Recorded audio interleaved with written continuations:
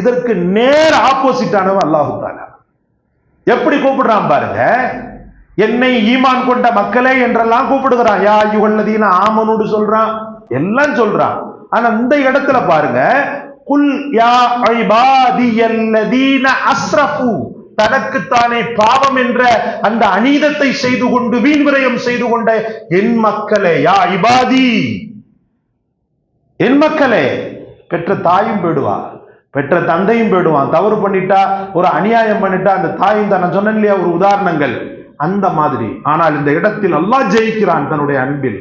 அன்பிற்குரியவர்களே, அல்லாஹ் ரப்பல் ஆலமீன் இந்த உலகத்தில் மனிதன் மீது உள்ள இரக்கத்தை போல வேறு எந்த ஜீவராசிகளின் மீதும் அல்லாஹ் வைக்கவில்லை என்று சொல்லக்கூடிய அளவுக்கு அக்கிரமம் பிடித்த மனிதனுக்கும் அல்லாஹு தஆலா ஆகாரம் அளிக்கிறான்.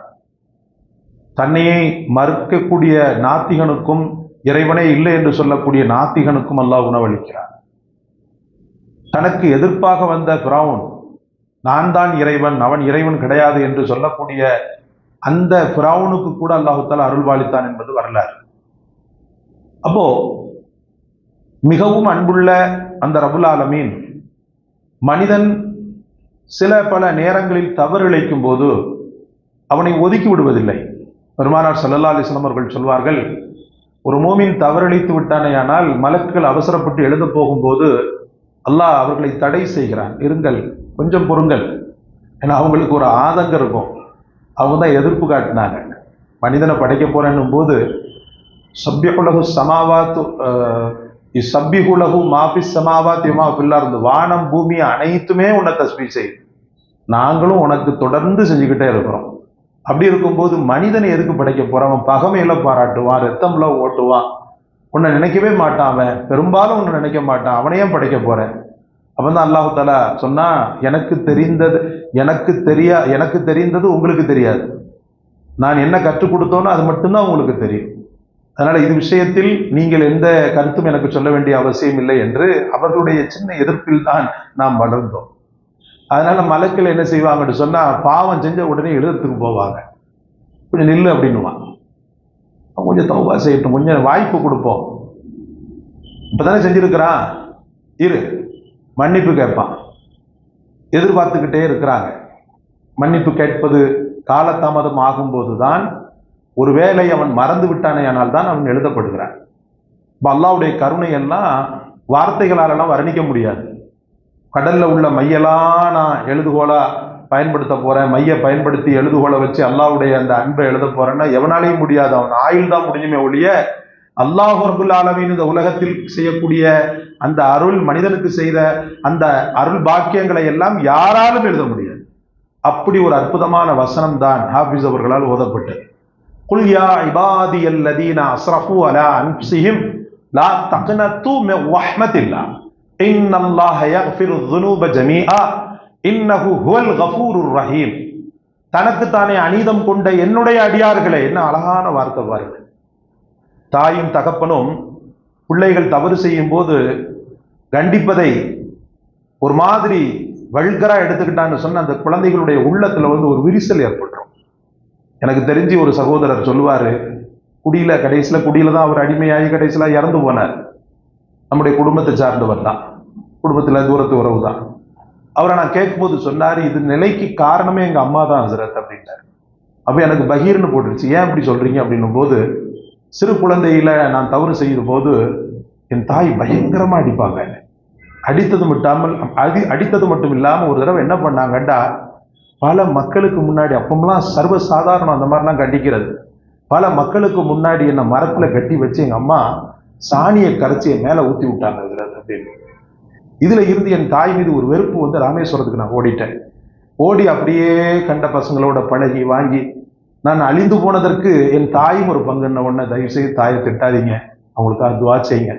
ஏன்னா அந்த காலத்துல அவங்க பயிற்றுவிக்கப்பட்ட முறை அப்படி இருந்திருக்கலாம் அப்படின்னு சொல்லி அவரை நான் மன்னிச்சுட்டேன், எங்க அம்மாட்ட தான் நான் இப்போ போறேன் வாரேன், ஆனாலும் என்னுடைய உள்ளம் குடியின் பக்கம்தான் சாய்கிறது. நான் எவ்வளவு திருந்தணும்னு சொல்லி முயற்சி பண்ணாலும் மது இல்லாமல் என்னால் வாழ முடியவில்லை என்று சொல்லி அவர் ஆதங்கப்பட்டது எனக்கு இன்னும் ஞாபகம் இருக்கிறது.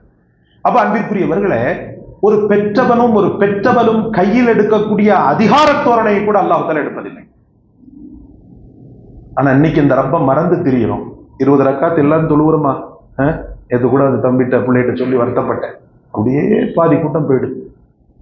படைத்த ரப்ப கொஞ்ச நேரம் வணங்குறதுக்கு கூட நமக்கு மனதும் உடம்பும் இடம் தரலன்னு சொன்னா நம்ம என்னதை கொண்டு போக போறோம்?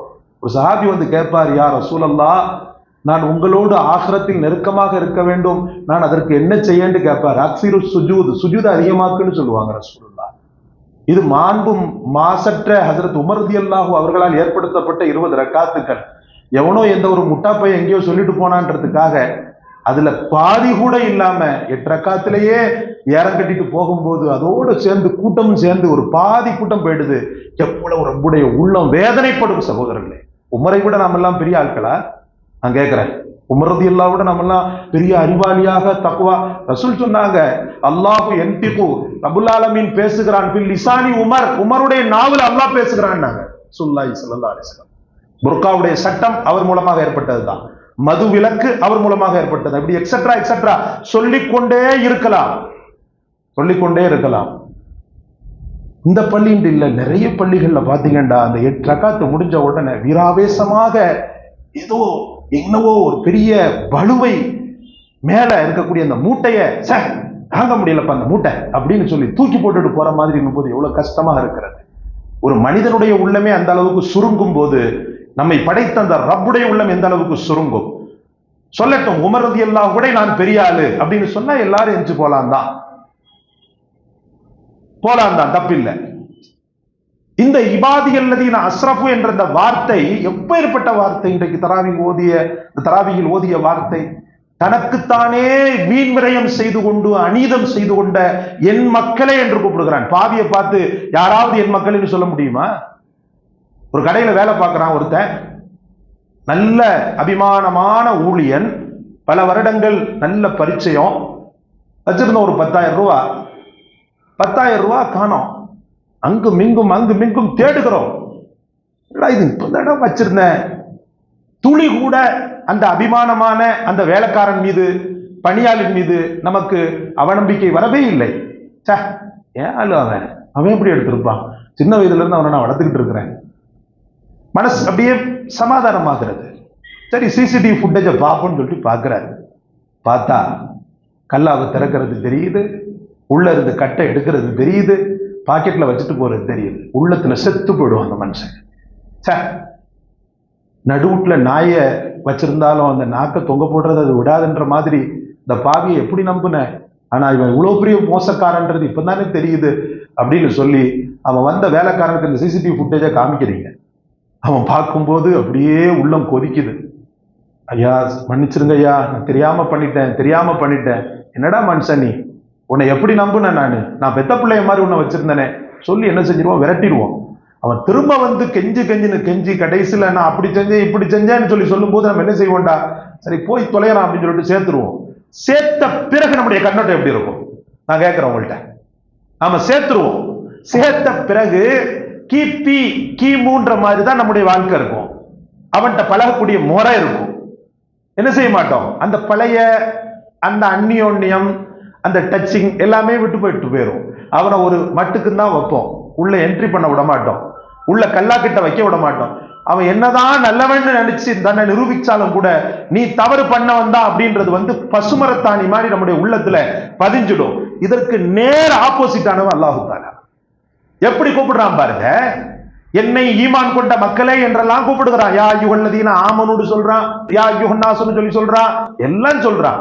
ஆனா இந்த இடத்துல பாருங்க, குல் யா இபாதியல்லதீன அஸ்ரஃபு, தனக்குத்தானே பாவம் என்ற அந்த அநீதத்தை செய்து கொண்டு வீண் விரயம் செய்து கொண்ட என் மக்களே, யா இபாதி, என் மக்களே. பெற்ற தாயும் போயிடுவா, பெற்ற தந்தையும் போயிடுவான். தவறு பண்ணிட்டா, ஒரு அநியாயம் பண்ணிட்டா அந்த தாயும் தான். நான் சொன்னேன் இல்லையா ஒரு உதாரணங்கள் அந்த மாதிரி. ஆனால் இந்த இடத்தில் அல்லாஹ் ஜெயிக்கிறான் தன்னுடைய அன்பில்.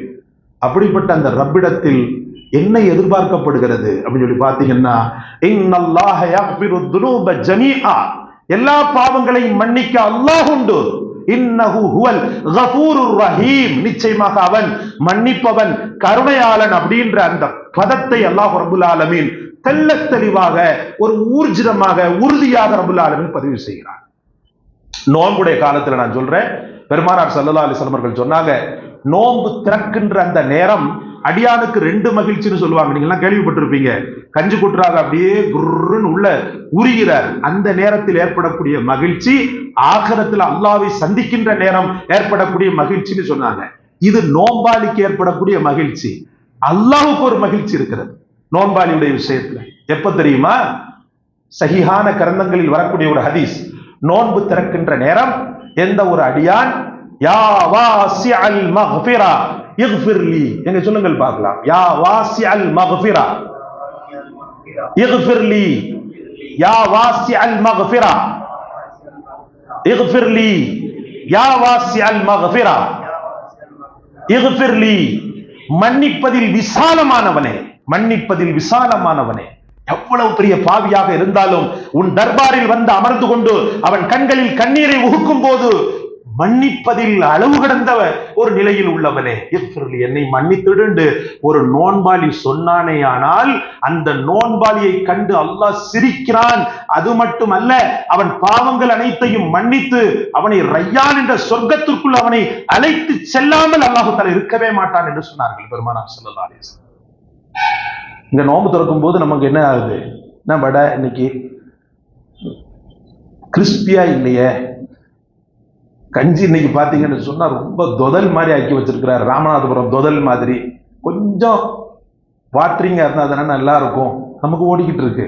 நீங்க அசத்து கூட கேட்டாங்க, ஹஸ்ரத் நான் இப்படி அங்கெங்கேயும் ஓடுறேன், நீங்க இந்த ஹதீஸை வர, இன்னைக்கு ஹதீஸ் அவர்கிட்ட தான் சொன்னேன் நான் ஃபர்ஸ்ட், இப்படி ஒரு ஹதீஸை நான் பார்த்தம்பா அப்படின்ட்டு. அது பாவமாகுமா? அல்ஹம்துலில்லாஹ், நீங்க செஞ்சிருங்க. செஞ்சுட்டு அதுக்கப்புறம் ஒரு 5 நிமிஷம் வந்து என்ன செய்யுங்க, துஆல ஈடுபட்டுருங்க. அல்லாஹ் அக்பர். இப்படி அன்பிற்குரியவர்களே, தருணங்கள் உங்களுக்காக அமைத்து தரப்பட்டிருக்கிறது. அந்த தருணங்களை பயன்படுத்தி பாவ மன்னிப்பை பெறுங்கள். அல்லாஹ் நம் அனைவருக்கும் தௌஃபீக் செய்வானாக.